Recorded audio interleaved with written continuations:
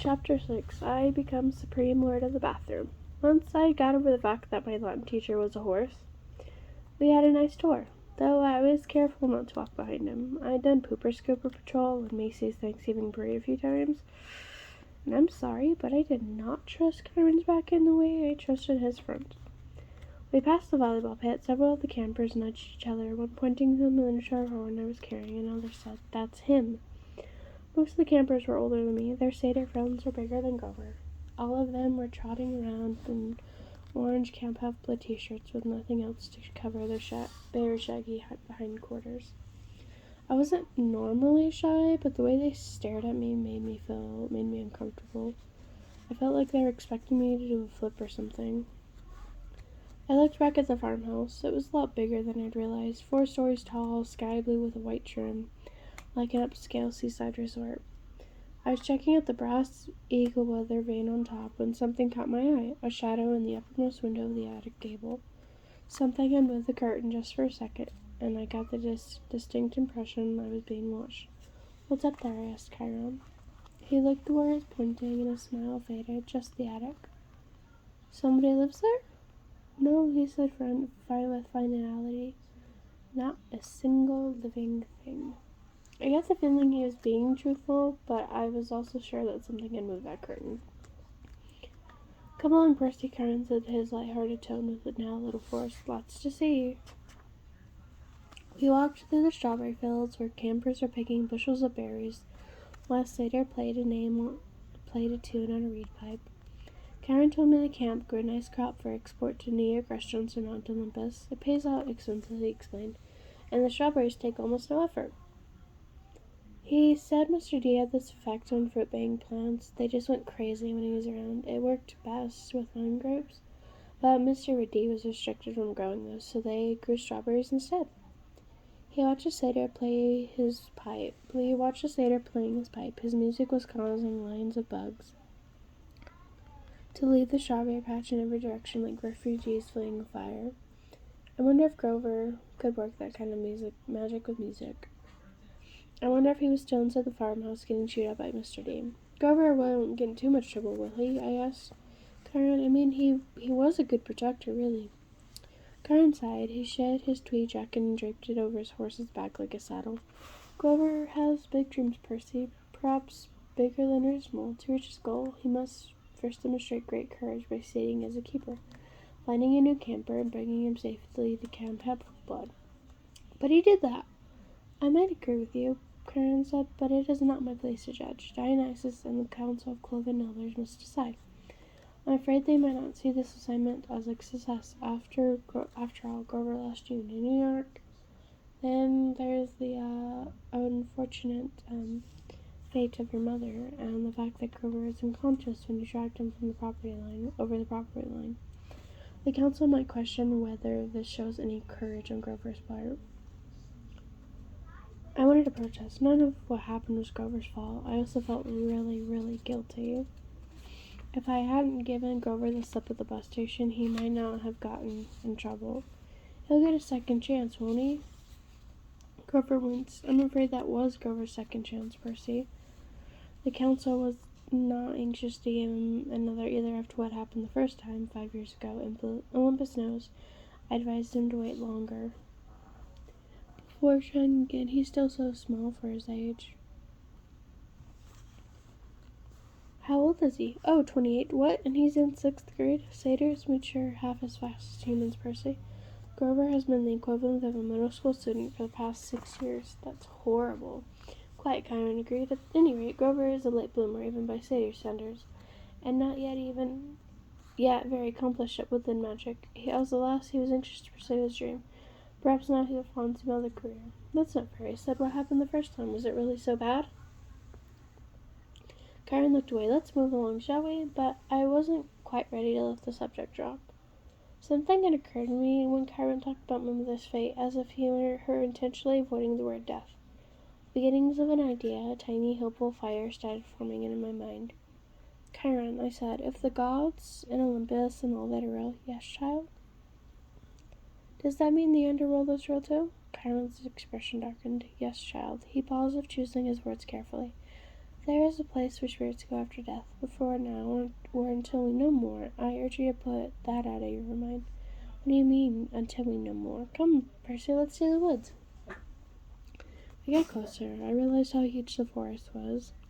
It took up at least a quarter of a valley with trees so tall and thick you could imagine nobody had been in there since the Native Americans.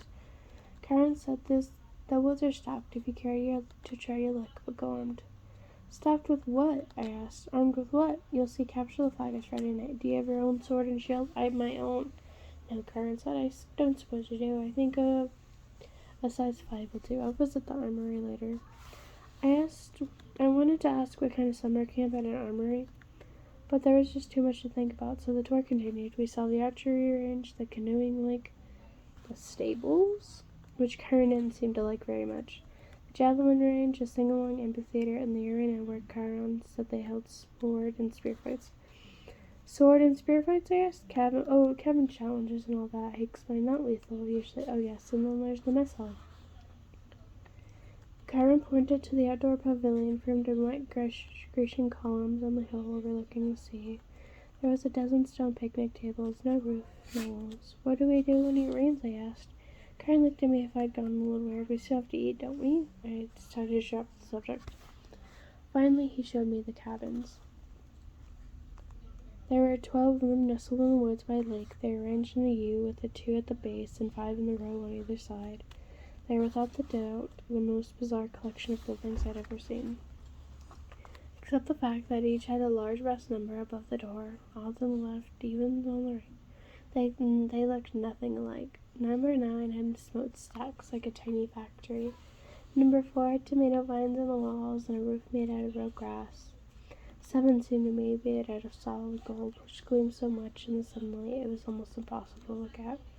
The L faced a commons area about the size of a soccer field dotted with Greek statues, fountains, flower beds, and a complex, and a couple basketball hoops which were more my speed. In the center of the field was a huge stone-lined fire pit. Even though it was a warm afternoon, the hearth smoldered. A girl about 9 years old was tending the flames, poking the coals with a stick. The pair of cabins at the head of the field, numbers 1 and 2, looked like his and hers mausoleums. Big white marble boxes with heavy columns in front. Cabin 1 is the biggest and bulkiest of the 12. Its polished bronze doors shimmered like a hologram, so that from different angles lightning bolts seemed to streak across from them.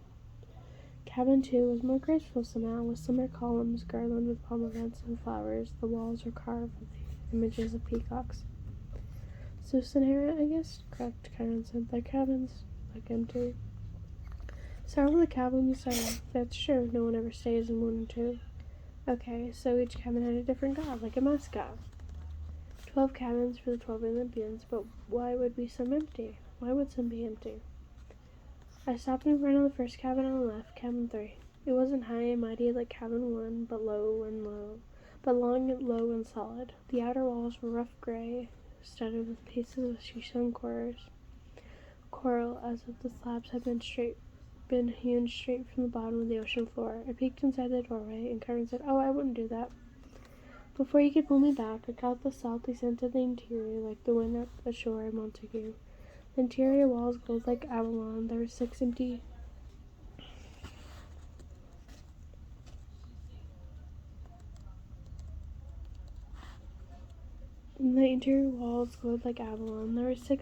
bunk beds with silk sheets turned down, but there was no sign that anyone had ever slept there. The place felt so sad and lonely. I was glad when Karen put his hand on my shoulder and said, "Come on, Percy." Most of the other cabins were crowded with campers. Number 5 was bright red, a real nasty paint job, as if the color had splashed on with buckets and fists. The roof was lined with barbed wire. A stuffed wild boar's head hung over the doorway at its time to follow me.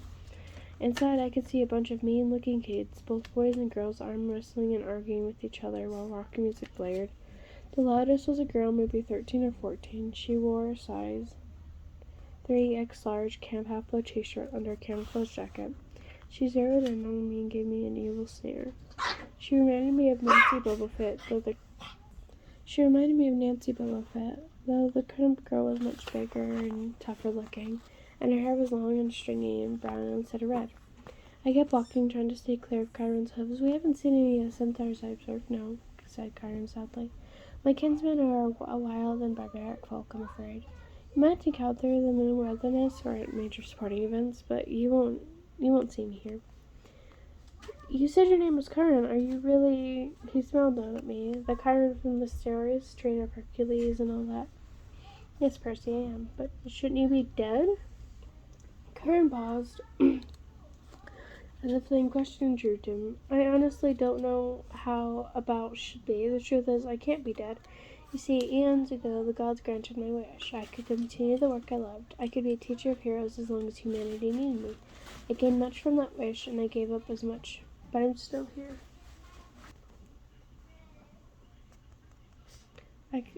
I gained much from that wish, and I gave up much. But I'm still here, so I can only assume I'm still me. I thought about being a teacher for 3,000 years. I wouldn't have made my top 10 to wish for. Doesn't it ever get boring? No, he said, horribly depressing at times, but never boring. Why depressing? Chiron seemed to be hard of hearing again. Oh, look. Annabeth is waiting for us. The blonde girl I met at the big house was reading a book in front of the last cabin on the left, number 11. When we reached her, she looked over me critically, like she was thinking about how much I told. I tried to see what she was reading, but I couldn't make out the title. I thought my dyslexia was acting up. Then I realized the title wasn't even English. The letters looked Greek to me. I mean, literally Greek. There were pictures of temples and statues and different kinds of columns, like those in an architect book. Annabeth Chiron said, I have a master's archery class at noon. Would you take Percy for me? Yes, here. Yes, sir. Cabin 11, Chiron said, gesturing toward the doorway. Make yourself home. Out of all the cabins, 11 looked like the most regular old summer camp cabin with the emphasis on loan. The threshold was worn down, the brown paint peeling. Over the doorway was one of the doctor's symbols, a winged pole with 2 snakes around it. What did they call it? A cadius. Inside it was packed with people, both boys and girls. Inside it was packed with people, both boys and girls, way more than the number of bunk beds. Sleeping bags were spread out on the floor. It looked like a gym where the Red Cross had set up an evacuation center. Chiron didn't go in. The door was too low for him, but when the campers saw them, they all stood and bowed respectfully. Well then, Chiron said, good luck, Percy. I'll see you at dinner. He galloped away toward the outdoor range. I stood at the doorway looking at the kids. They weren't bowing anymore. They were staring at me, sizing me up. I knew this routine. I'd gone through it at enough schools. Well, and I both prompted, go on. So naturally, I tripped coming in the doorway and made a total fool of myself. There were snickers from the campers, but none of them said anything. Annabeth announced. Percy Jackson, meet Cabin 11. Regular or undetermined, somebody asked. I don't know what to say, but I will say undetermined. Everybody groaned. The guy who was a little bit older than the rest came forward. Now, campers, that's what we're here for. Welcome, Percy. You can have the spot on forward over there. The guy was about 19. He looked pretty cool. He was tall and muscular with short cropped sandy hair and his friendly smile. He wore an orange tank top, cut off sandals, and a leather necklace with 5 different colored clay beads. The only thing unsettling about his appearance was a thick white scar that ran from just underneath his right eye to his jaw like an old knife slash. This is Luke, Annabeth said. Her voice sounded different somehow. I glanced over and could have sworn she was blushing. She looked at me. She saw me looking, and her expression hardened. He's your counselor for now. For now? I asked you're undetermined, Luke said, explained patiently. They don't know what cabin to put you in, so you're here. Cabin 11 takes all Canton and newcomers, all visitors. Naturally, we would. Hermes, our patron, is the god of travelers. I looked at the tiny section of floor they had given me. I had nothing to put on the mark. I had to mark it as my own. No luggage, no clothes, no sleeping bag, just the Minotaur's horn. I thought about setting that down, but then I remembered that Hermes was also the god of thieves. I looked around the campers' faces, some sullen, suspicious, some grinning stupidly, some eyeing me as if they were waiting for a chance to pick my pockets. How long will I be here? I asked. Good question, Luke said, until you're determined. How long would that take? The campers all laughed. Come on, Annabeth told me. I'll show you the volleyball court. I've already seen it. Come on. She grabbed my wrist and dragged me outside. I could hear the kids of the cabin 11 laughing behind me. We're a few feet away, Annabeth said. Jackson, you have to do better than that. What? She rolled her eyes and mumbled under her breath. I can't believe I thought you were the one. What's your problem? I said, getting angry now. All I did was kill some bull guy. Don't talk like that, Annabeth told me. You know how many kids at this camp had wish they had your chance to get killed? To fight the Minotaur, what do you think we trained for? I shook my head. Look, if the thing I fought really was the Minotaur, the same in the stories you asked. Yes, then there's only one. Yes. And he died like a gajillion years ago, right? Theseus killed him in the labyrinth, so. Monsters don't die, Percy. They can be killed, but they don't die. Oh, thanks. That clears it up. They don't have souls like you and me.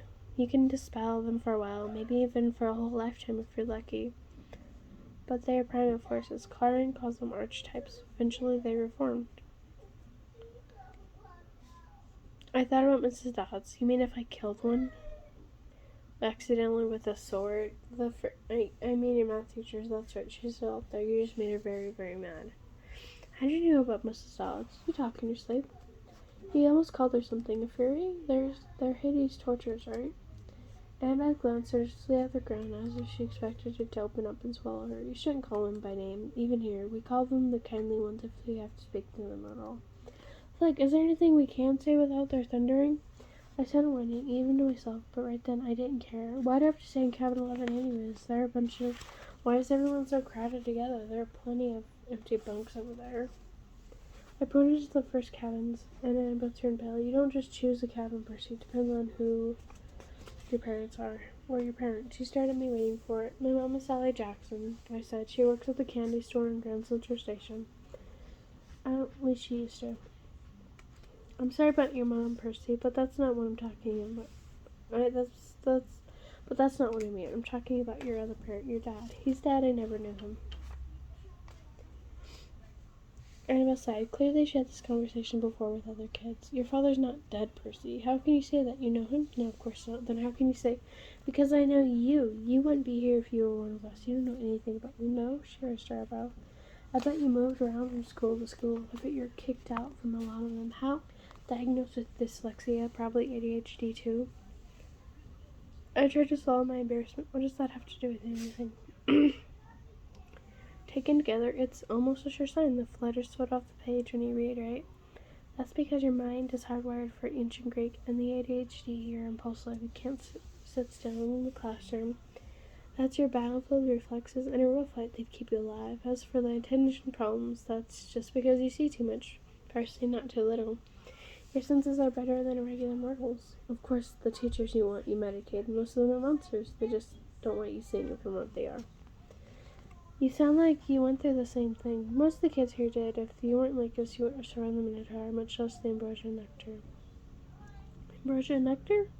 The food and drink we were giving you to make you better. The stuff would have killed a normal kid. It would have turned your blood to fire and your bones to sand, and you'd be dead. Face it, you're a half-blood. I was reeling with so many questions, I didn't know where to start when the hesitating voice yelled, Well, Anubi! I looked over. The big girl from the ugly red cabin we saw turned towards us. She had 3 other girls behind her, all big and ugly and mean looking like her, all wearing camo jackets. Clarice said, Why don't you go polish your spear or something? Sure, Miss Princess, the big girl said, so I can run you through it with Friday night. Ericocus, Annabeth said, which I somehow understood, which is Greek for go to the crows, though I had a feeling it was a much more worse curse than it sounded. You don't stand a chance. We'll pulverize you. Clarice said, but her eye twitched. Maybe she wasn't sure if she would follow through on the threat. She turned toward me. But who's this little runt? Percy Jackson, Annabeth said. Meet Clarice, daughter of Ares. I blinked. Like the war god? Clarice sneered. You got a problem with that? No, I said, recovering my wits. It explains the bad smell. Clarice growled. We got an initiation ceremony for newbies, Percy. Whatever, come on, I'll show you. Clarice, Annabeth tried to say. Stay out of it, ways, girl. Annabeth looked pained, but she did stay out of it, and I didn't really want her help. I was a new kid. I hadn't earned my own rep. I handed Annabeth my miniature horn and got ready to fight, but before I knew it, Clarice had me by the neck, and was dragging me toward the cinder block building I knew immediately to be the bathrooms. I was kicking and punching. I'd seen plenty of fights before, but this big girl Clarice had hands like iron. She dragged me into the girls' bathroom. There's a line of toilets on one side and a line of shower stalls on the other. It smelled like any public bathroom, and I was thinking as much as I could think with Clarice gripping my hair out, that if this place belonged to the gods, they should be able to afford classier Johns. Clarice's friends were all laughing, and I was trying to find the strength I used to fight the Minotaur, but wasn't there. Like he's big through material, Clarice said. Yeah, she pushed me toward the toilets. Yeah, right. Minotaur probably fell over laughing. He was so stupid looking. Her friend snickered. Annabelle stood in the corner watching through her fingers. Clarice put me on my knees and started pushing my head toward the bowl. It reeked like rusted pipes and little what goes into toilets. I strained to keep my head up. I was looking at the scummy water thinking, I will not go in. I will not. I won't. Then something happened. I felt the tug in a pit of my stomach. I heard the plumbing rumble, the pipes shudder. Clarice's head gripped on my hair, loosened. Water shot out of the toilet, making an arc straight over my head. And the next thing I knew, I was sprawled on the bathroom tiles with Clarice screaming at me.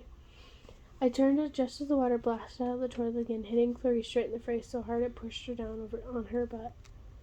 The water stayed on her like the spray from a fire hose, pushing her backward into her shower stall. She struggled, gasping, and her friends started coming toward her, but the other toilet exploded too. 6 more streams of toilet water blasted them back. The showers acted up too, and together all the fixtures sprayed the colorful as girls ran out of the bathroom, spinning them around like pieces of garbage being washed away. As soon as they were out the door, I felt the tug in my gut lessen and the water shut off as quickly as it started. The entire bathroom was flooded. Annabeth hadn't been spared. She was dripping wet, but she hadn't been pushed out the door. She was standing exactly the same place, staring at me in shock.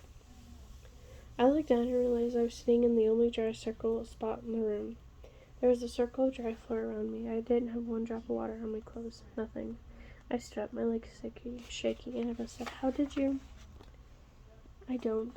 We walked to the door. Outside, Clarice and her friends were sprawled on the mud. A bunch of other campers had gathered around to talk. Clarice's hair was flattened across her face. Her camouflage jacket was I don't know. She smelled like sewage. She gave me a look of absolute hatred. You're dead, new boy. You're totally dead. I probably should have let it go, but I said, You want to gargle more toilet water, Clarice? Close your mouth. Her friends had to hold her back. They dragged her toward cabin 5, while the other campers made way to avoid her flowing fate. Annabelle stared at me. I couldn't tell whether she was grossed out or angry for me dousing her. What I demanded, what are you thinking? I think she said that I want you on my team for Capture the Flag.